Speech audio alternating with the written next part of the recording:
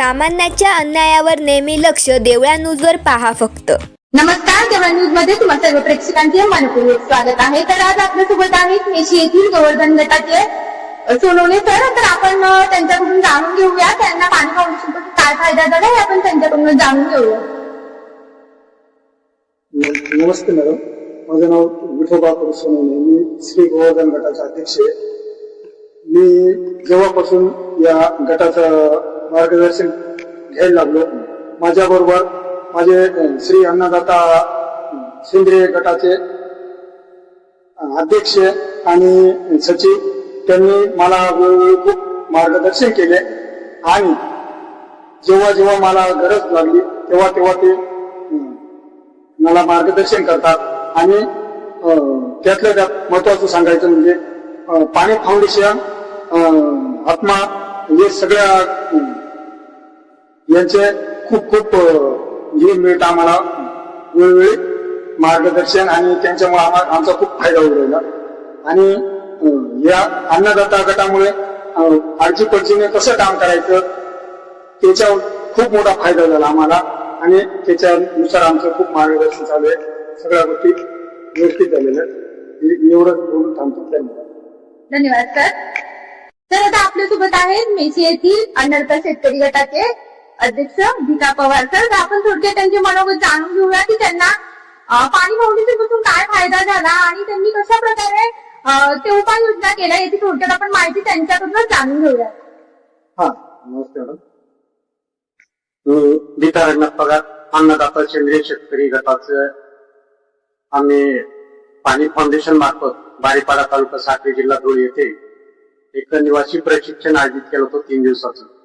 त्या निवासी प्रशिक्षणात गेल्यानंतर जे काही आजची आपल्या शेतकऱ्याची अवस्था आहे, हरियाणा पंजाब येथून कॅन्सर ट्रेन बठिंडा येथून निघते, तर तीच परिस्थिती आपल्या उभ्या महाराष्ट्रात पण आज बघायला मिळते. आणि शेतकरी जो आहे तो एकट्याने लढतोय, एकट्याने जगतोय, कर्जबाजारी होतोय, काही ठिकाणी आत्महत्या होत आहेत. अशा याच्यावर जे पर्याय पाणी फाउंडेशन एकजुटीने एकत्रितपणे येऊन शेतकऱ्याने संघर्ष न करता एकजुटीने आल्यानंतर त्याच्यातून मिळणारे फायदे, जैविक शेतीकडे शेतकरी वळाला, पाणी फाउंडेशन तसंच उमेद किंवा कृषी विभाग महाराष्ट्र शासन यांचा आम्हाला पाठबळ मिळालं. आमचं उद्दिष्ट एक असं आहे मॅडम की आपण आतापर्यंत जे रासायनिक खत वापरत होतो, रासायनिक खत न वापरता आमचं म्हणणं की बाबा आपण दुष्परिणाम अर्क, मासा अर्क, जे काही सेंद्रिय शेतापासून वर्मी वॉश वगैरे, गांडूळ खत जे काही वापरायचं आम्हाला हे पाणी फाउंडेशनच्या मार्फत ही माहिती मिळाली. त्यानुसार आम्ही हे सर्व प्रकारचे दुष्परिणाम अर्क असेल, गांडूळ खत असेल आणि जीवामृत बॅग या स्लरी वगैरे वापरून आमच्या जैविक शेतीकडे वळण्याचा मार्ग आहे. सर, आपण आता बोलले की पाणी फाउंडेशन मार्फत आपल्याला बराच काही फायदा झाला, तर थोडक्यात सांगा ना तुम्हाला काय फायदा झाला. पाणी फाउंडेशन मार्फत आम्ही एकत्रित शेती गट तयार केला. आमच्या गटामध्ये साधारणतः 44 लोक आम्ही एकत्र आलो.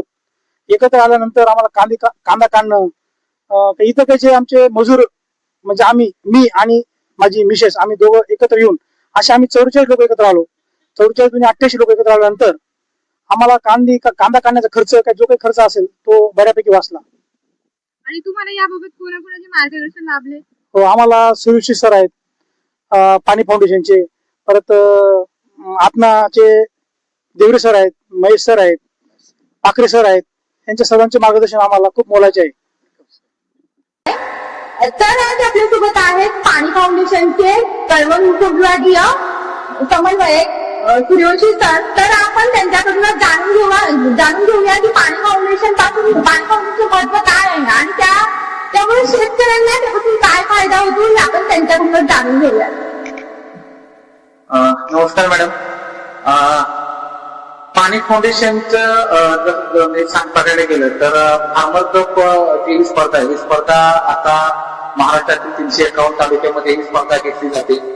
आणि त्यात बघायला गेलं तर जसे की तुम्ही आता म्हणजे सांगितलं की कळवण जो उपविभाग आहे त्याच्यामध्ये कळवण असेल, सुरगाणा असेल, देवळा असेल आणि दिंडोरी हे 4 तालुके आहेत. आणि 4 तालुक्याची फील्ड ऑफिसर म्हणून जबाबदारी सध्या मी बघतोय.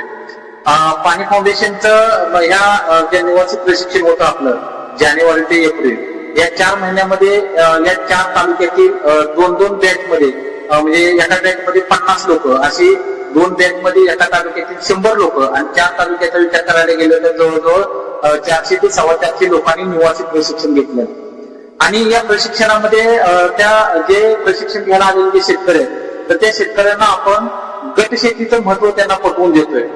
नंतर ज्या काही स्टँडर्ड ऑपरेटिंग प्रॅक्टिसेस आहेत जे त्याला आपण शॉर्ट शब्दामध्ये एसओपी म्हणतो, म्हणजेच काय तर शेतीच्या सुधारित आणि आधुनिक पद्धती, या सुधारित आणि आधुनिक पद्धतीचा म्हणजे अंमलबजावणी करून शेतकऱ्यांच्या जे पीक आहे त्या पिकाचा खर्च कसा कमी करता येईल, त्यांचं उत्पादन कसं वाढवता येईल या दृष्टीनं आपण हे आपले प्रयत्न चालू आहेत.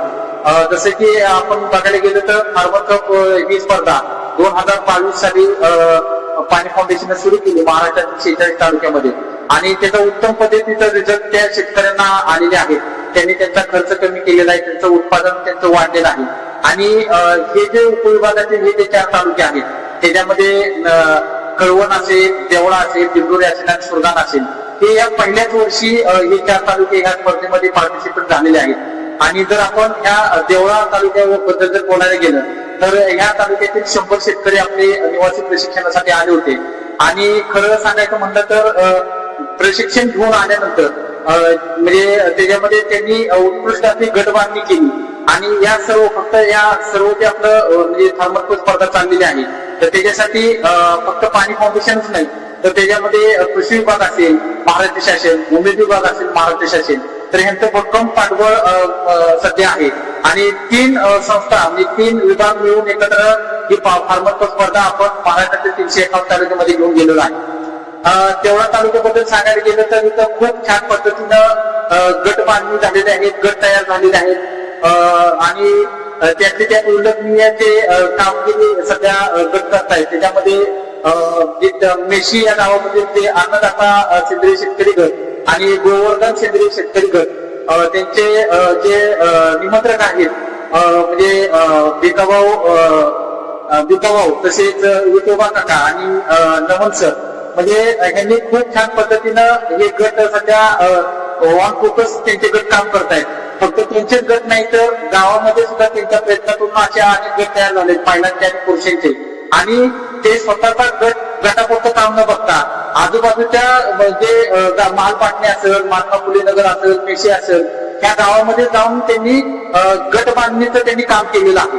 तर खरं तर त्यांचं कौतुक करावं तेवढं कमी आहे. कारण आज काय झालं की शेतकरी आपल्या बांध ओढून दुसऱ्या बांधाकडे बांधायला जात नाही, परंतु यांनी फक्त स्वतःच्या गटाचा विचार न करता आज तालुक्यात किंवा आजूबाजूच्या गावामध्ये कसे जास्तीत जास्त गट तयार होतील या दृष्टीने सुद्धा त्यांनी प्रयत्न केलेला आहे.